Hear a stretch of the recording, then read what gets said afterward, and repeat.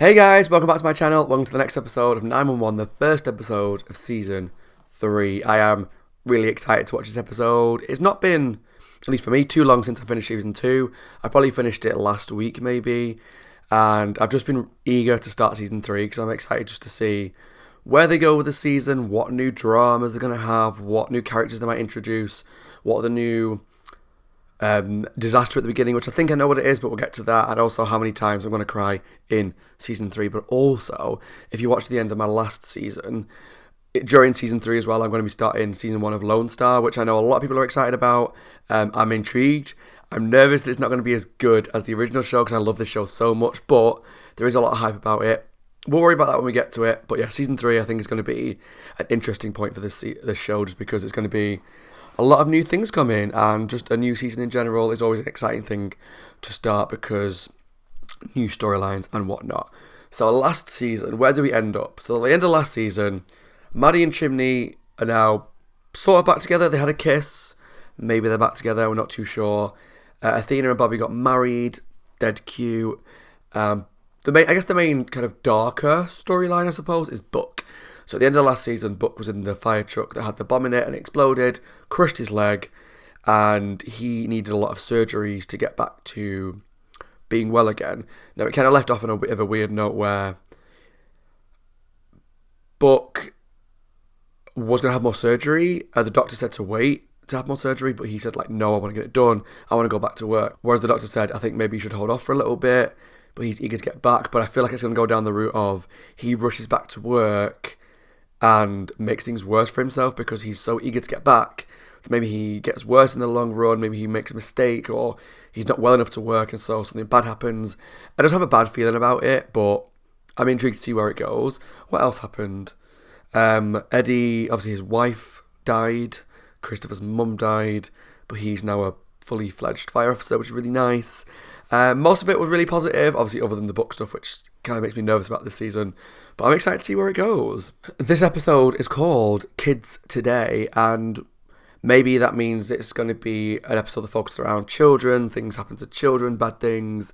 Probably, like what I always say, and you're probably sick of hearing me saying it now, the best episodes of 911 have like one thing that happens where it's like a fun storyline, an emotional storyline, dramatic storyline, and just things like that. So I think maybe it's going to be based around children, but also, like I said at the beginning, I'm intrigued to see about the disaster for this season. So I know that most seasons, I don't know if it happens in all the seasons up to season 6, you can let me know down below, hopefully without any spoilers please, but at least with series 2 we had the big earthquake at the start of the season. I know in series 3 it's something to do with water, like a flood, or so something to do with water. That's all I know, because I remember the poster of it back when season 3 was airing, but I don't know anything past season 3, so please don't spoil anything. Feel free to let me know if there is disasters every season, because if there is, that's something that I'm really excited to look forward to. Like last season, the first episode was like a normal episode, then right at the very end, the earthquake hit, and it was like really dramatic, and then episode 2, 3 was the whole earthquake and the building collapsing. It was so good. So I'm wondering if this season's going to do a similar sort of thing, where the first episode is quite normal, and then right at the end, disaster strikes. That could be cool. But yeah, let me know down below if you're enjoying the reactions. Please subscribe to my channel if you're not already for the rest of Season 3, and also Lone Star when I start that in the future. And please take a look at the Patreon link in the description box below for the full-length reaction to this episode, as well as the next few episodes in advance if you're watching on YouTube. Alright, let's jump into 911 Season 3, Episode 1, Kids Today. So excited! Here we go, Season 3. High-speed pursuit on the freeway. Oh, that was close. I count 4 LAPD vehicles in pursuit. Even in like the week that I've not watched the show, I've really missed it. Queen Athena! On the 710, there's a bunch of police cars on the road behind me. Yes, we are aware of the police pursuit. Just pull to the right and let the officers move around. No, I can't. They're chasing my car. Oh. I'm sorry, did you say you're in the car that the police are chasing? Maddie! I'm the driver. The police are chasing me. Okay, can you not stop? Is this like a speed situation? And your foot isn't on the gas pedal? No, I'm not touching it at all. It's like the car's possessed. Like it knew I wasn't supposed Christine. to be driving. It's punishing me. Okay, and you've tried using the brake? It didn't work. The car wouldn't stop. It started shaking. It was real bad. I would be shitting myself. There's no way he could hit a target that small. But he could probably hit something bigger. Kid's car is moving. Crash the car? Freight train, but they got a plan to slow him down before he crashes. How would you do So we're on that? cleanup duty? Not exactly. How would you do that without killing the guy? That car is a 1970 Ferrari Daytona Spider. Shut up. Swear to God, Tony is already more afraid of hurting that car than he is of hurting himself. Partially because he is 15, but mostly because he thinks you love that car more than him. Of course he doesn't. He didn't actually say that, did he? Yes. Oh no, I love my... I need you to talk to him and tell him It's a wrong, car. and I need him to believe it. I feel like I've got Venom today. Ooh. I need you to listen to her and to do exactly what she says, okay? Okay. What do I do? Okay. Ready to the There's rescue. an exit coming up. they're clearing a stretch of Woodley Avenue. What are they planning? Unless they're in front of the car 60 or 70. and they kind of like try and match the speed and they brake and slow the car down. Something like What kind of crazy person came up with this plan? My wife. that. Folks, we're slowing down. It's getting real close. Good. Now pull the parking brake and hit that truck. What?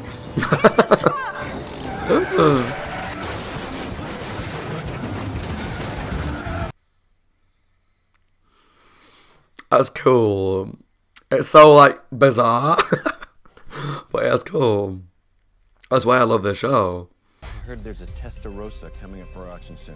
What do you say we get that instead? Does it have airbags? Okay. Kids today. Episode title. Ding ding. Is he back at work? Are they doll heads? Oh, is it like a test to see if he's okay to work?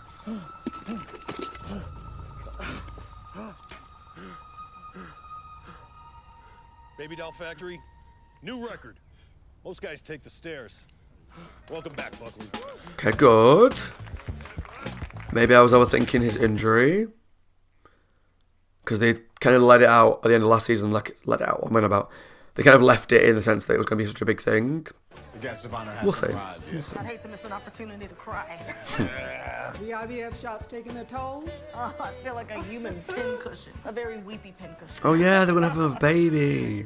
I love this team so much. I really do. Like, far too much. Far too invested. Oh! Wow. Thanks, buddy. Wow, this is great. It's you and me. Oh! What's that? Oh, Michael. He broke up with his boyfriend, right? That's the last thing that I remember. Thank you for being there. You know, the surgeries and the rehabs. You know, I wasn't always the easiest person to be around. No, I weren't that bad. You should tell that to my ex-girlfriend. Look, Sorry. hey, she just wasn't the right fit. You'll find someone new. Sorry. Alright, Buck. Yeah. Are they okay? What's going on? Buck? Oh god. I knew it was too good to be true. I 911, knew it. what's your emergency? Also, I apologise that the light there is very bright. I can just see that the sun has moved and it's shining off a window back there. Bear with. Yeah, but he just got a clean bill of health last week. This came out of nowhere. Did it? No pain or He's been- tenderness in the leg, skin discoloration, swelling? Has he been lying? I thought I just pulled a muscle or something. I knew it was too good to be true. I've been training for my LAFD recertification. Maddie, I was not ignoring this, okay? I didn't know what it Yes, was. you were. I thought I had a leg cramp or something. Yeah, well, you need to be more careful. Because if this had happened when you were alone, you could have died. No, but I Yeah. didn't. Okay, I just passed out Yeah, and... just passed out after vomiting up blood. What? I don't remember that. I vomited up blood. Yeah, you did. Buck says that he is sorry about the blood and hopes he didn't ruin anything. Oh, I raised 2 kids in this house, a little ammonia. Everything will be fine. Just glad he's okay. Maybe he's making the same mistakes you did. Maybe he's not. I mean, really, there's only one way to find out for sure. Just wait and see. You gotta let him grow up sometime. I don't see it ending well. When did the symptoms start? A few weeks back. You know, I figured it'd go away on its own, like crabs.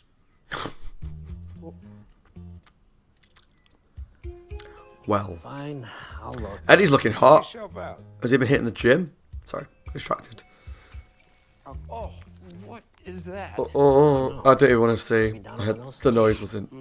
Well, there's something you don't see every day. Thank No, sir. It looks like you have a flesh-eating STD. Don't thank me. Yeah. Whomever he's been sleeping with should come to the hospital with us for immediate treatment.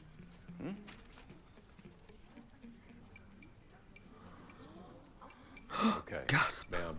Gasp. Please come with us. Oh. Are they all gonna start? Oh. Oh, what if you slept with one of the women that he slept with? You've been sleeping together. Yes, guys, get some. I'm happy for them though, minus the flesh-eating STD. Well, you're not cleared, Buck. Oh, this is not gonna go well. Well, yeah, no, I passed my physical, my recertification test. I've got everything I It's need. the blood thinners. Department is concerned about liability issues, and since the doctors haven't figured out what's causing the clots, Which makes sense. Chief Alonso thinks that in a few weeks, if you're doing okay in the meds, he can clear you for light duty. For light duty. Out there, in the world, helping people. That is where I belong. That is where I have spent 5 months fighting to get back to. I feel for him. No, they are not putting me behind a desk. But if you don't take that, you won't have any job. But it's really complicated because I'll probably talk about it more at the end. But like, I really feel for him. I quit.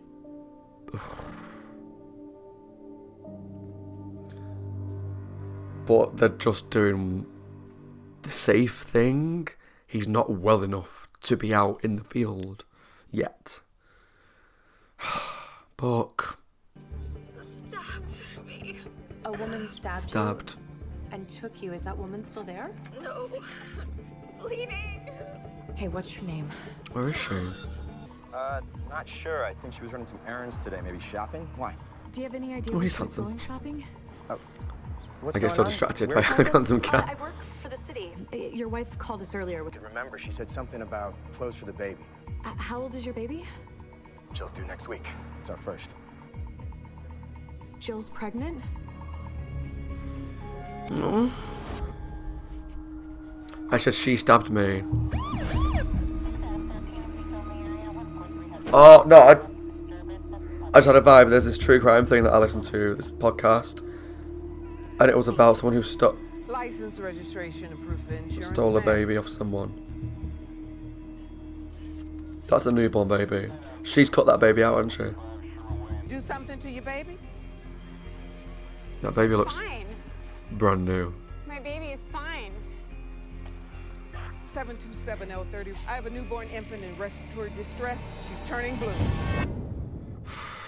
Oh no, she cut the baby out.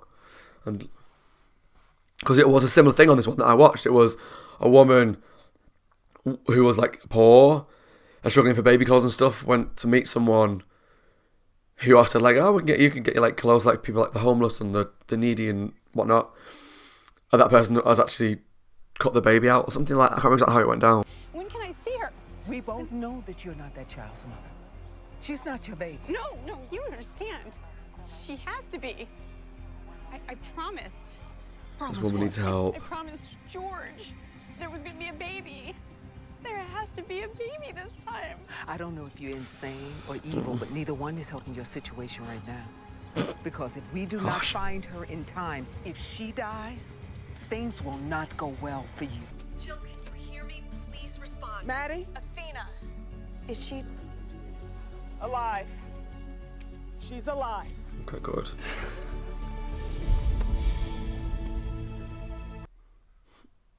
I would be an emotional wreck if I did that job. I'd be crying constantly. I mean, I do anyway watching this show. If it hadn't been for all of you. Your wife doing okay? Yeah, she made it through surgery. And the doctors say she's doing well, all things considered. Jill's a fighter. You and Chimney thinking about You two just got married, are you? touchy subject. Let's not go there yet. People always say they grow up so fast. And they do, sort of. But I'm not interested in resetting the clock for another 18 years. 18? Buck is 28 and I still have my hands full. People eviscerating other people to get a kid.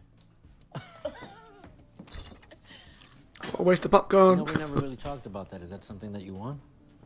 To eviscerate someone? To have kids? I did. But then I got married and it just never felt safe. Don't know if I'd know how to be a good parent myself. Yeah. You'd figure it out though. Like, I still feel like I'm carrying around too much baggage. Okay. So then, we don't know. Yeah, we don't are know. a firm maybe. Someday. Hey, Buck. Christopher. Hey, buddy. What are you doing here? He's hanging out with his Buck today. That's like a manipulative move, isn't it? Give him the disabled child who's living a happy life, but I love it. Mm-hmm. So take him out. Have some fun. Maybe you'll learn something. Maybe. Feel sorry for himself. See, I knew that's why he was doing it. See, I'm good with rides, but like spinny ones, I'm not so good with because I throw up. That's a big ass bear as well. Oh. Oh. He wants to help. Or at least he misses that job and Ever think about what you want to do with your life? What you want to be when you grow up? Astronaut or pirate? pirate would be fun. Cool outfits too. No way. A firefighter. Yeah, me too. Really like Buck's shirt. Colour of it. I hope you do find something you love. You know, something you're good at. Makes you feel like you matter. Something you could do forever. 'Cause when you The thing is, he wasn't saying his firefighting life was over forever. It's gonna tell you who you are. Temporarily. It's gonna show you the rest of your life. You're gonna be okay, kid.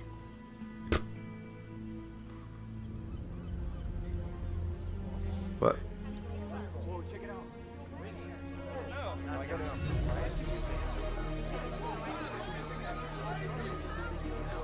What are we looking at?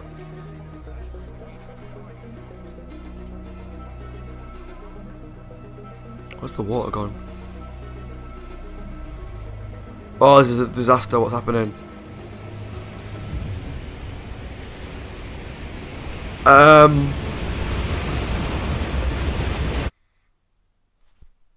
Absolutely not. Okay, so that was my reaction to the first episode of season 3 of 911 Kids Today, and we'll get to the end in a bit because that gave me fear, but we'll talk about that in a little bit. So, new season, really exciting. We started off with a high-speed chase, which was really cool. I like that some of the things that kind of really gripped me about this show when I first watched season 1 at the beginning few episodes was kind of like the epicness of things, how it wasn't just kind of like a, how do I word it? It wasn't like low stakes, it was always high stakes quite a lot. Now and again they have like a little low stakes storyline, but it was always high stakes. And I remember that in like the first episode, the second episode, where they were like ziplining down the side of a building and swinging through a room, and it was always kind of over the top at times, and I kind of loved that.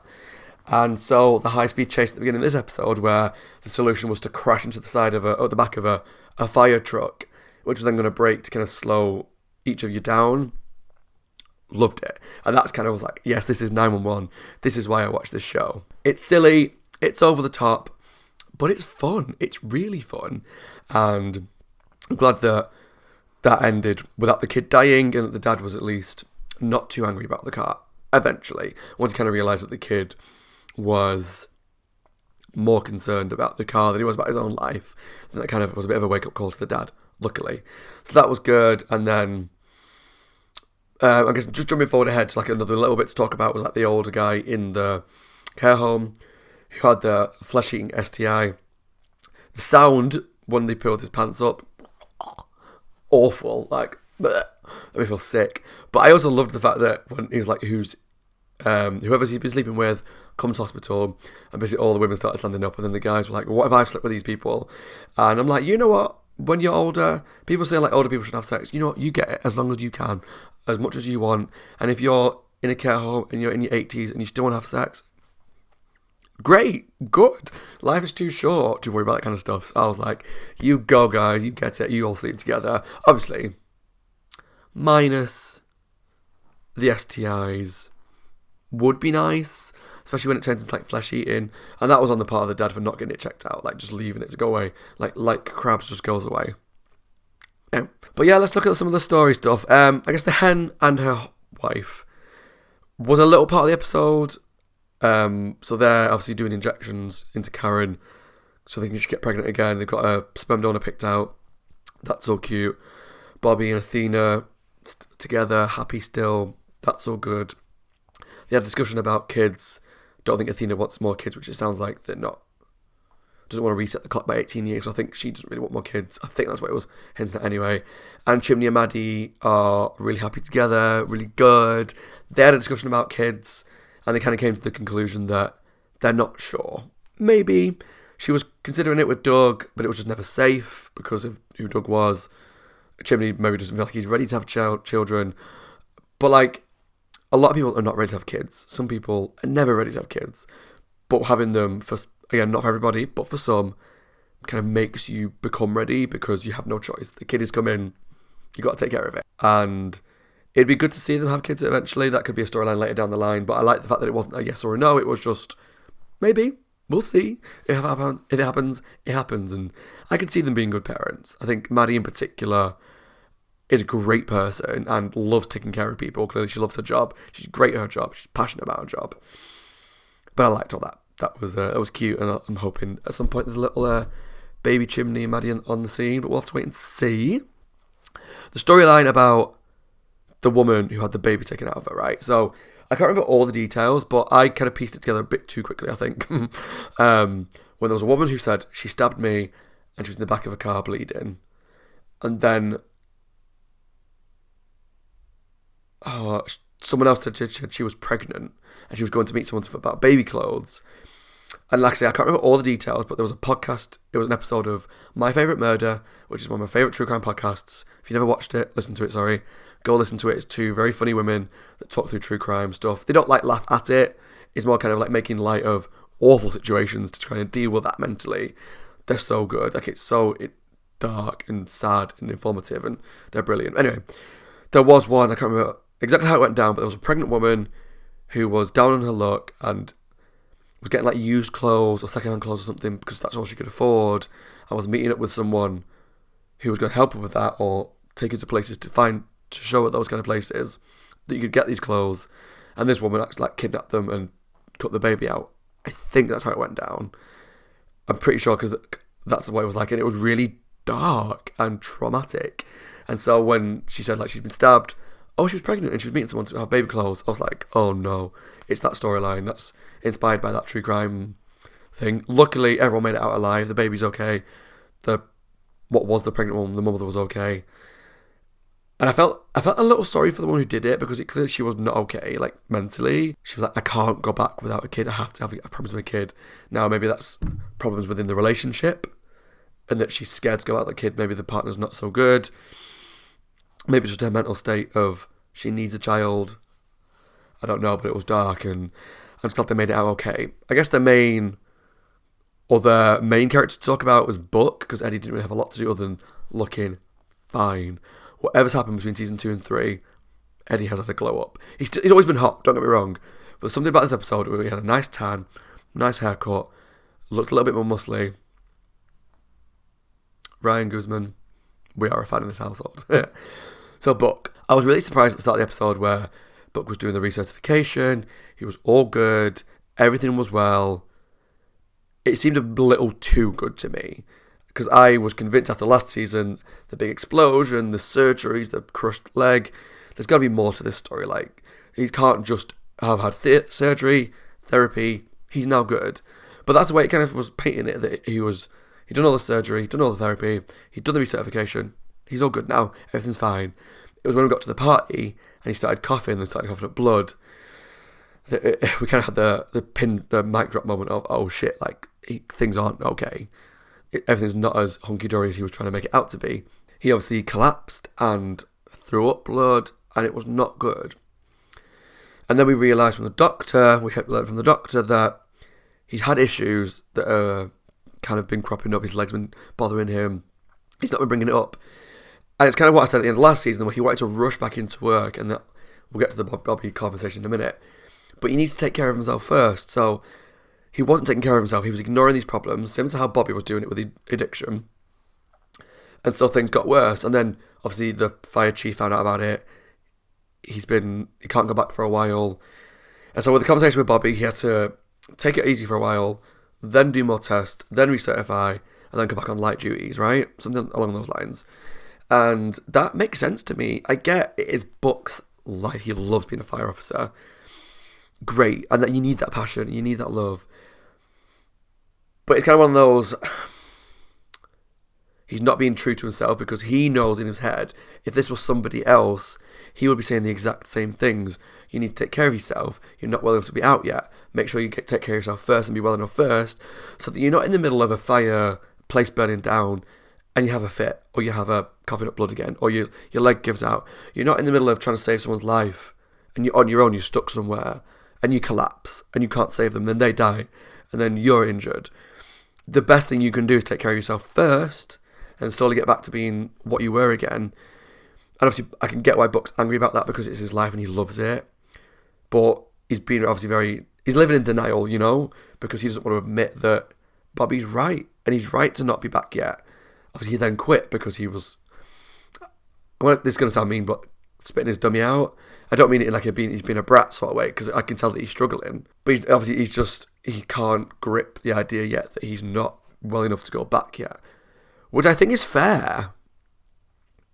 Because we saw he was just stood at a party and things went wrong and he died. Oh, he died, what am I on about? And he collapsed and threw up blood. Luckily, he was surrounded by paramedics and police officers and whatnot.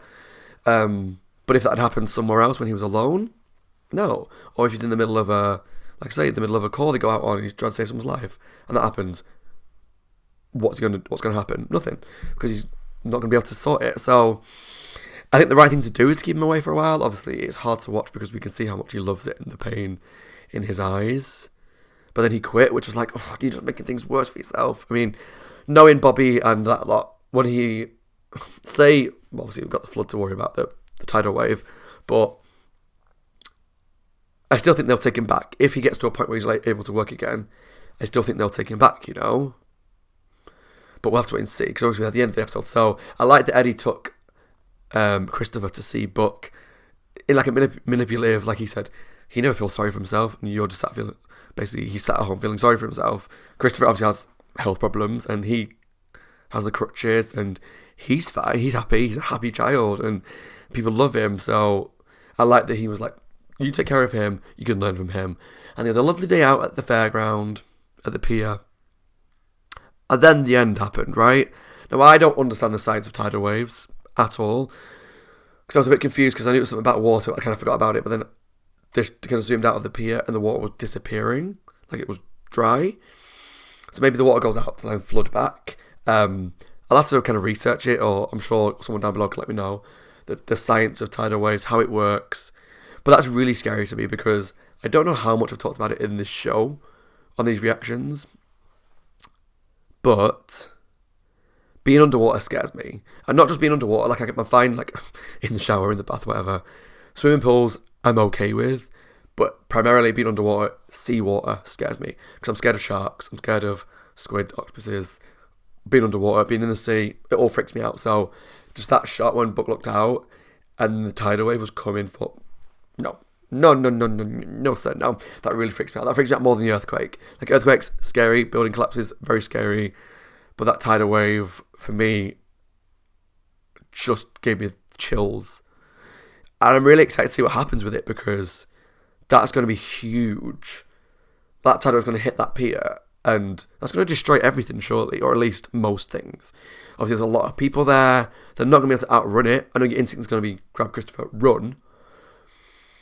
But depending on how fast that tidal wave's moving, they're going to get swept up in it.